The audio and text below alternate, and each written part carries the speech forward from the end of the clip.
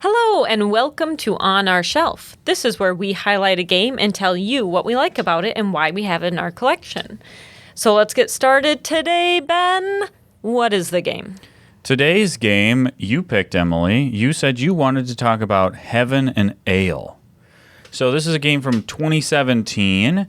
Here's the description from Board Game Geek. Harvest beer ingredients and master the art of monastic brew crafting.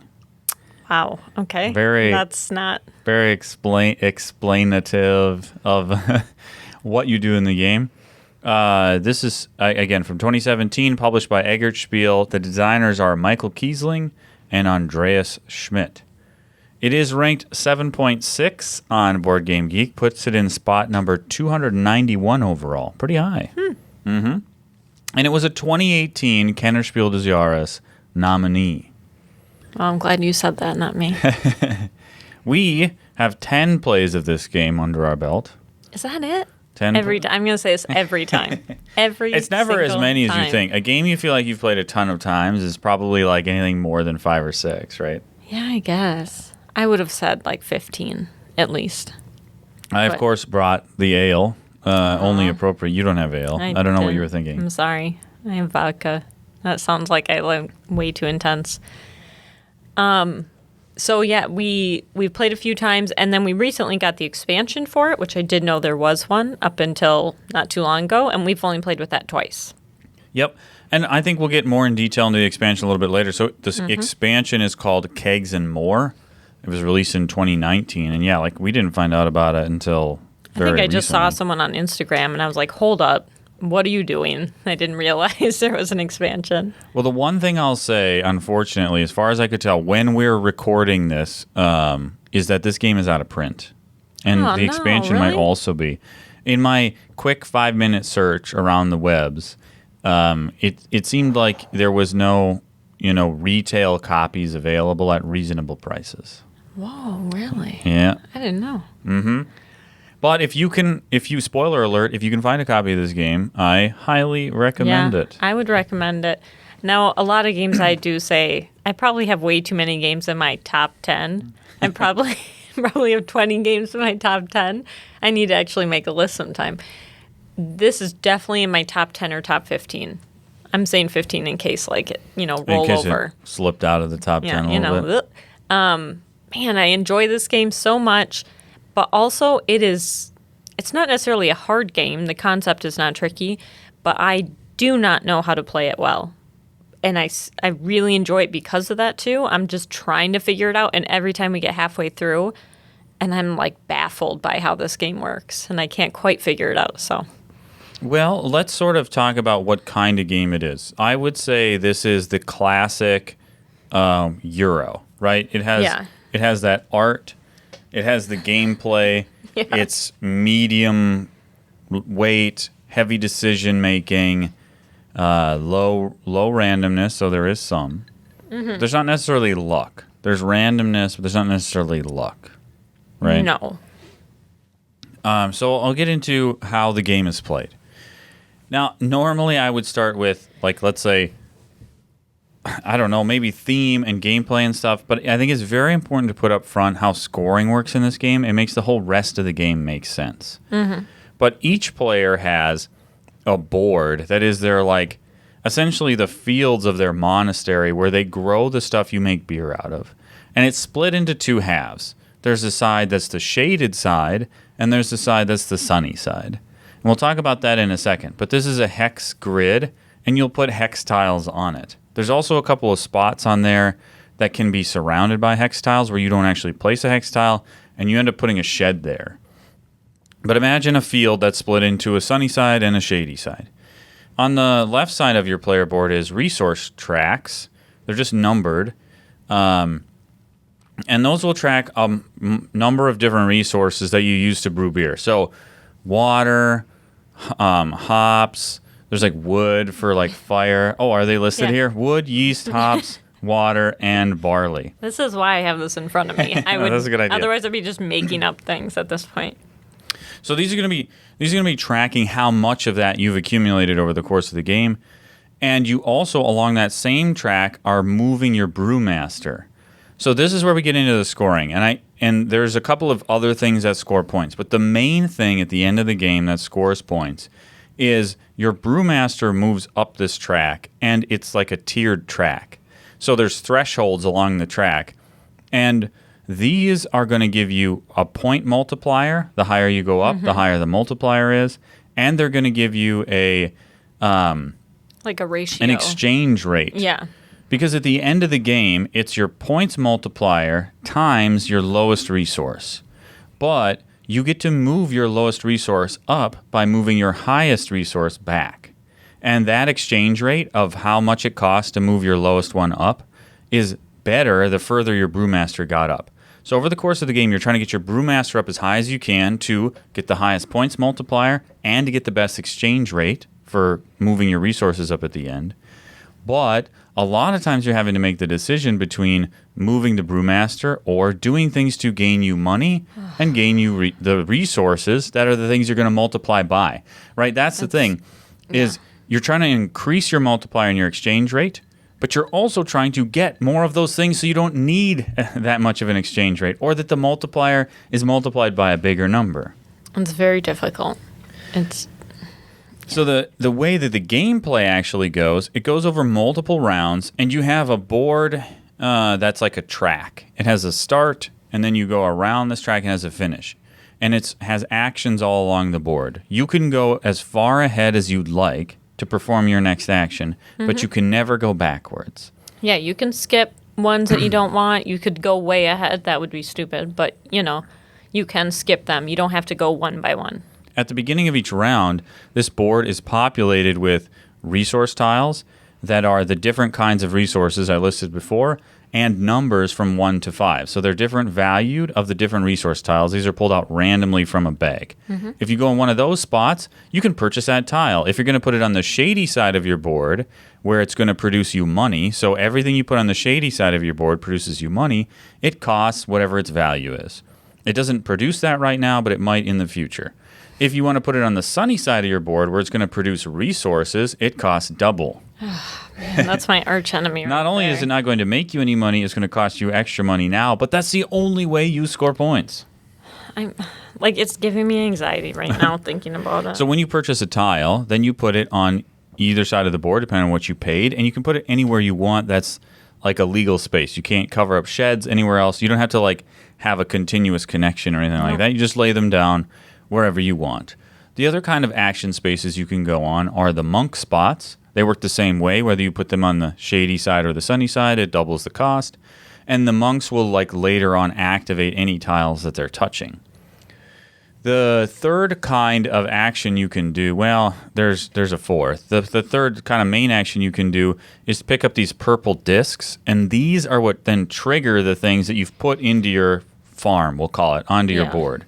So there are different types. There's one where you take a purple tile and you'll trigger all of the same number that you have. And if it's a tile, let's say you trigger the number 4, all the 4s on your board will trigger. If they're on the shady side, they'll give you money. If they're on the sunny side, they'll produce the resource that is the tile type that it is.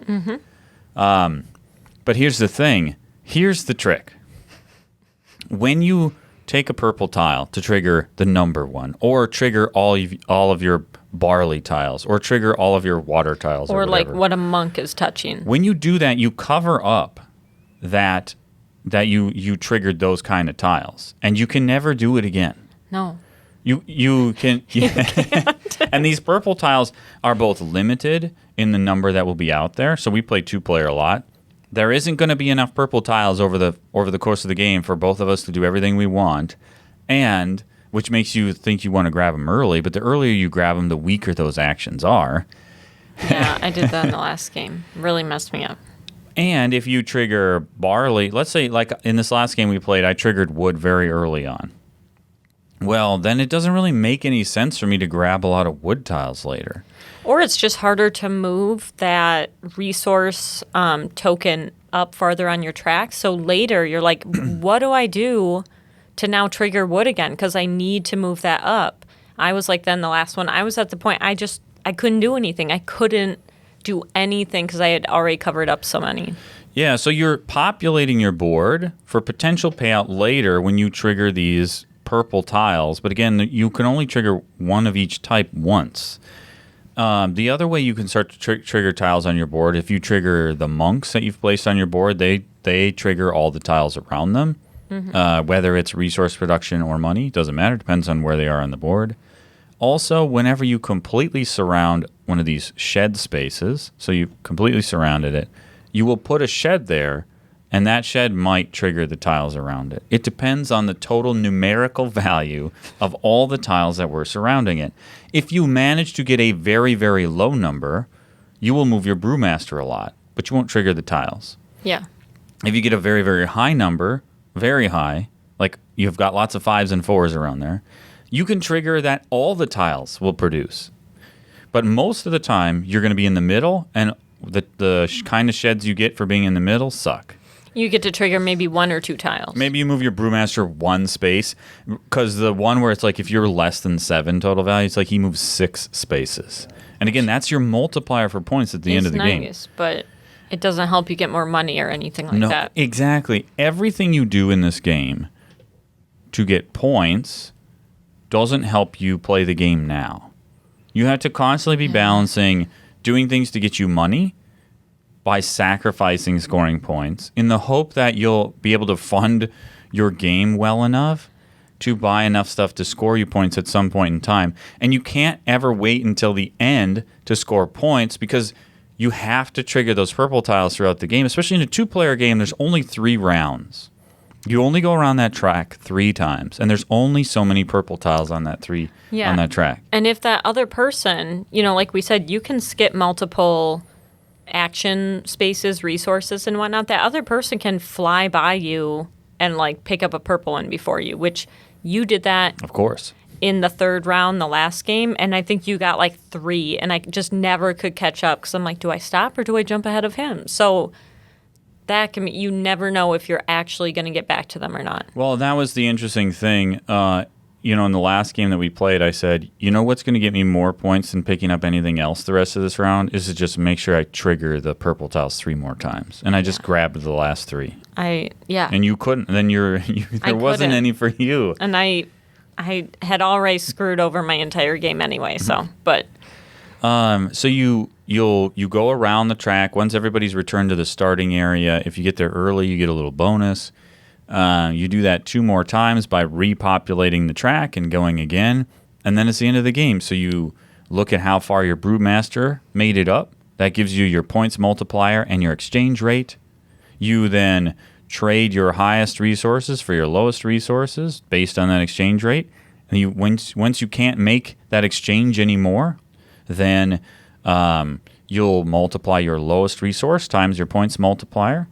And then you can add in, there's also these barrels these barrel achievements you can grab over the course of the game. And they're covering up the entire sunny side of your board, covering up the entire shady side, getting all your resources up into the point scoring area. There's a couple of other ones. Yeah, there is one other thing. When you lay your purple tiles down, they are in little groups. Little pairs. Little pairs. So when you cover up a pair side by side, then you have some special cards, kind of like a bonus for covering them up that you can lay down. But once again, those are you never get to all of them. Some of it is you get money or maybe you get some extra points. You can move a resource up a little bit. They're like little bonuses. You can also flip that card to get 3 money when you're in a panic. And then you don't get to use it for the bonus, which I don't know. At all times, I'm like, should I just use the money? I'm panicking. They're not small bonuses. They're huge bonuses. But you need that money. I know, but there are things like count up every purple tile you've achieved, which may be 6, 7, or 8, and move your lowest resource up that many spaces. Which is huge. That's huge. Trying to get one of your especially a low resource that maybe you didn't invest a lot of resource tiles in, or maybe every water tile you took you put on the shady side getting you money. You can't get water any other way. To then all of a sudden be able to move it up 6, 7, 8 spaces is monstrous because that exchange rate at the end of the game is 4 to 1, 3 to 1. Yeah. I mean, you could be super heavy into one, have it all the way at the top of the track, and if you didn't invest in another one, it's going to consume the one that was way up the track so fast. That's kind of what happened to me the last game too. So it's the same thing, but that is also another thing where you kind of want to do those purple scoring discs like in the pairs so you can get those bonuses if possible. But I think that covers the base game rules. YM, did you decide you wanted to talk about this game on our shelf? Because I don't hear many people talking about this game. And I really enjoy this game because it's so different than most other ones that we have. Like lots of them have the tile and the resources and building up. But it's that scoring and the difficulty of trying to get money, but also trying to get points and trying to keep that balance. But it costs a lot more to do the point. Like, I have not figured it out. And I think this game is so good. And I don't hear many people talk about it. So I want to kind of give it a shout out. Well, and it's out of print now too, so maybe that's why. I feel bad, so I'm sorry. No, I mean I agree. This is a game that while it's a little bit convoluted in the point scoring at the end, it's really not that bad. It's a multiplier and an exchange rate. Over the course of the game, every decision is like crazy critical, like so important to make sure that you're like getting enough money, but also getting ways to gain resources and making sure you're moving your brewmaster. And it's like trying to do that while at the same time making sure that you surround your shed tiles with the right values to get the right kinds of sheds to trigger things the right way, and getting a variety of the monks, because when you trigger them with the purple tiles, you can only trigger one monk type once. So if you triggered the one pink guy, and then in the next round there's a bunch of pink guys out on the track, they don't really do much for you. Yeah. You kind of missed your opportunity. Emily always gets a lot of the monks, and I always miss out on them. They're like never there. It clearly didn't help last time, so maybe that's not the... It's the entire time I'm playing, I'm saying to myself, how do I get more money? How on earth do I get more money? And then once I'm like, okay, I'm pretty good on money, I look over and I go, how do I get points? How on earth do I get points? And it's just me going back and forth in my head on trying to solve this puzzle. And I still don't quite know. I mean, I know how, but I don't have a good strategy when we start this game. Well, and I really find that this game, it's like there's many small battles over the course of the game. Whether it's battles with the other player or battles like with yourself or with your board or with the tiles that are coming out. You look at where your guy is, and then you look at the options that are in front of you. And of course, there's nothing out there that you ever want to skip past, but there might be something that you really need. That's true.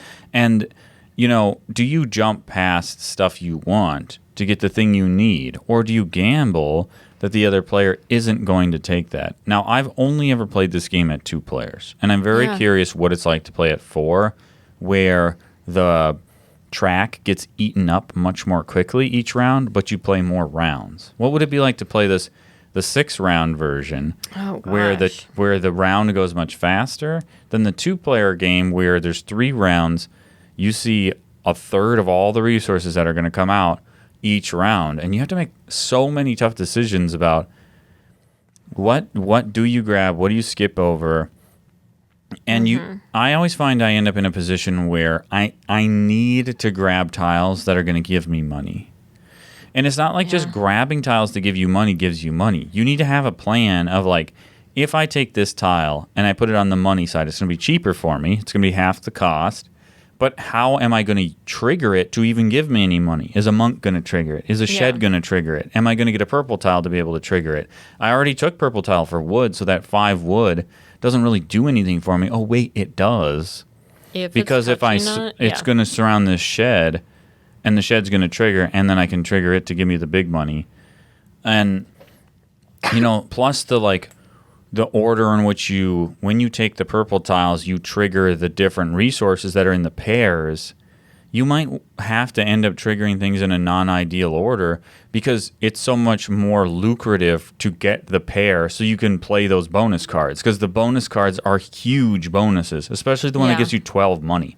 Like, you are always out of money in this game. Yeah, you are. Honestly, you start, and after a few turns, I'm like, I'm going to be out. And then what? What do I do? So you're always trying to get money. But if you can't just get money, you have to still keep getting and moving those resources up. So it's a very tricky balance. I think this one does not necessarily sell well on the outside. It's because where the meat of it is the decision making, and having to sit there and decide, just like, I don't have, there is the priest or the monk out that I need, but in between me and him is also these other tiles that I would like to have. Mm-hmm.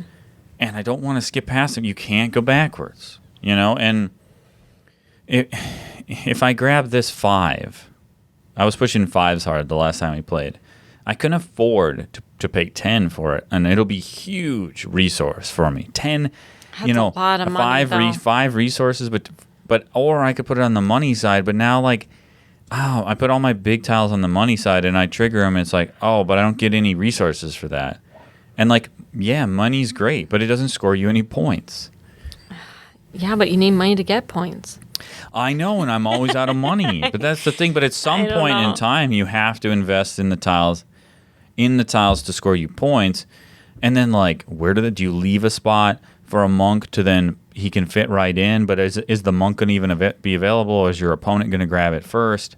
That's the other thing. You can't, like, just be like, I'll get a monk next time. It might not even come out, or someone might take it first, and then you're like, well, now what?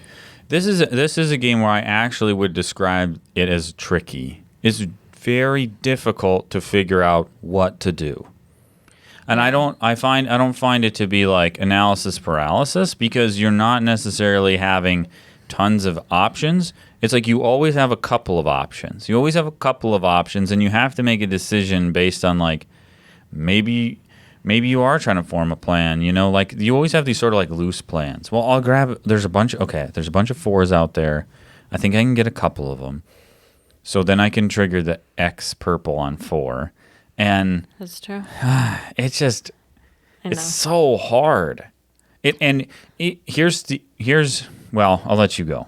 Oh, I was just going to say, we don't sit there and think about it. I mean, I guess you could sit there and kind of try to do all the thinking ahead of time. We just kind of grab and go for the most part. So we don't make it long, but you could have some people do that.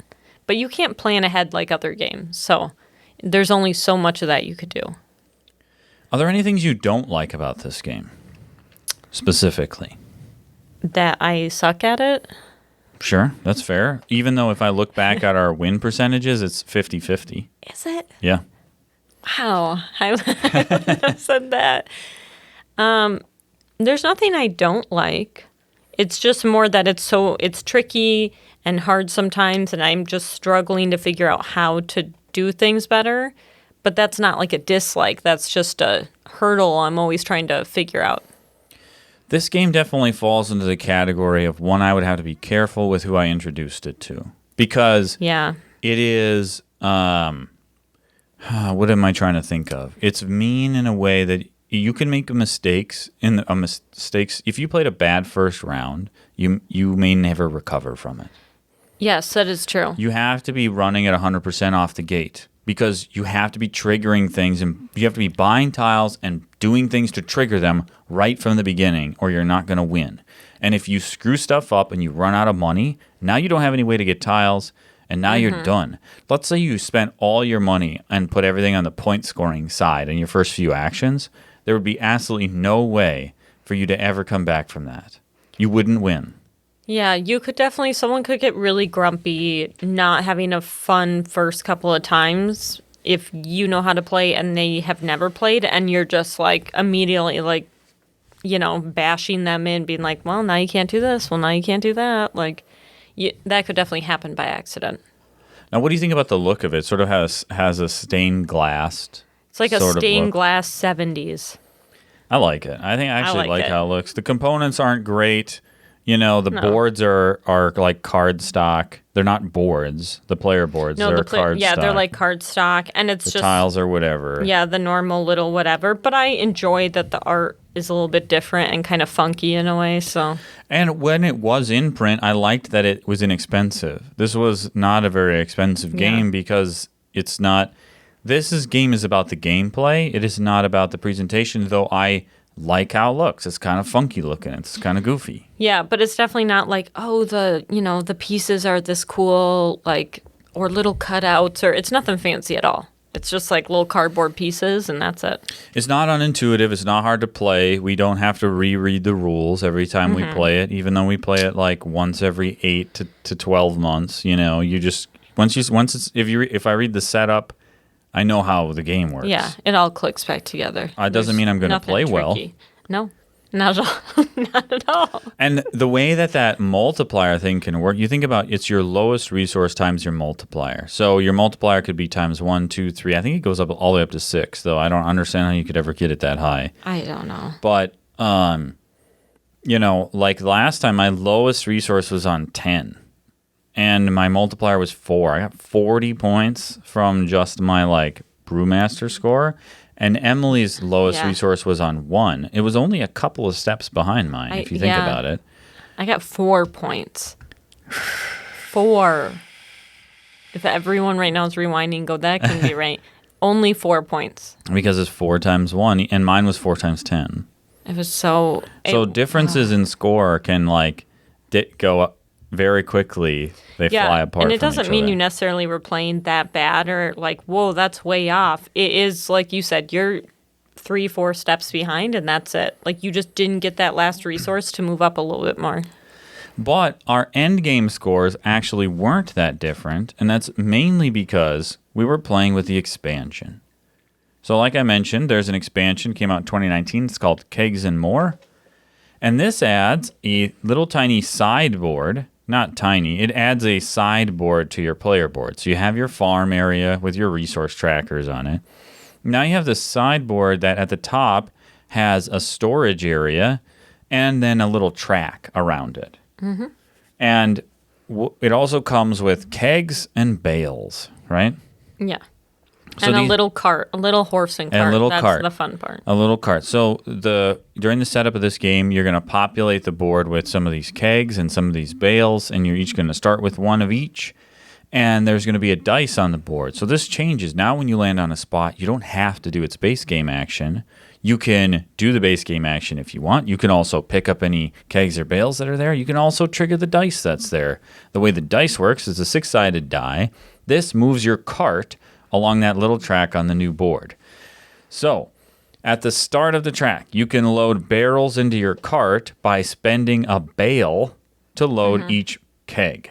Yep. It's not barrel, keg. You load kegs into your cart by spending the hay bales because your horse is going to be hungry if he's going to have to pull. Is that what it is? Yeah. Okay. I was trying to figure out, why. It's just a way that you have to have both to be able to load them in there. Yeah. And then you move along the track. So every time you land on the dice, you can choose to move along the track. At the end of the track are the taverns where you deliver the kegs. Mm-hmm. So if you have multiple kegs in your cart, the first one goes to the lowest point scoring tavern, the second one to the next one, and any ones you have left go to the highest point scoring tavern.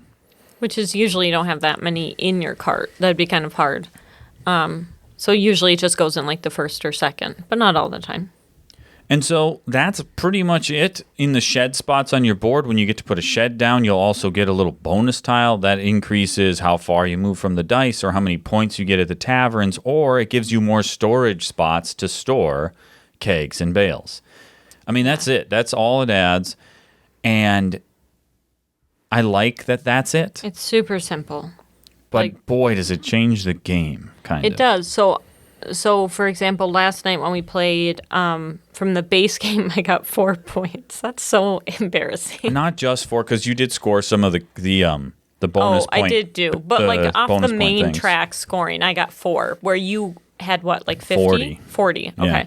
And then from, some of the barrel, bonuses at the end and all the kegs, altogether I had 51. And you had 68, 68, something like that. I was going to try to look in the box top quick. But that just shows like how much more that side helped me. Without it, I would be very sad. So, Well, and that's the thing is, did focusing on that hurt your other game, or not? Is it an either or is it an and? I don't think I think with this one, I feel like it's more of an and.